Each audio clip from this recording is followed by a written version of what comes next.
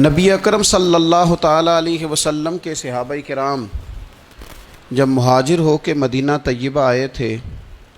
چلتے کاروبار چھوڑ کے آئے تھے، خاندان چھوڑ کے آئے تھے، قبیلے چھوڑ کے آئے تھے، باغات چھوڑ کے آئے تھے، جائیدادیں چھوڑ کے آئے تھے، لیکن اب مہاجر تھے تو انشاءاللہ پردیسی کوئی بھی نہ تھی وے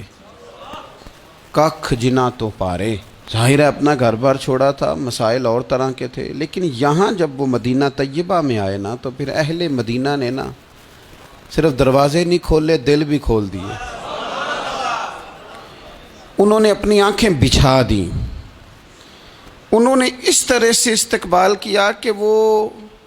انہیں اپنا دیس سے کہیں بڑھ کر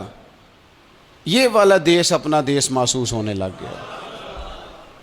اور قرآن مجید نے ان لوگوں کی تعریف کی، کہا وَيُؤْثِرُونَ عَلَىٰ أَنفُسِهِمْ، اپنی جانوں پر ان کو ترجیح دیتے ہیں، وَلَوْ كَانَ بِهِمْ خَصَاصَةٌ،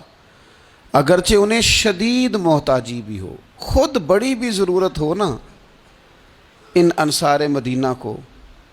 تو پھر بھی یہ اپنے بھائیوں کو ترجیح دیتے ہیں، بھائیوں۔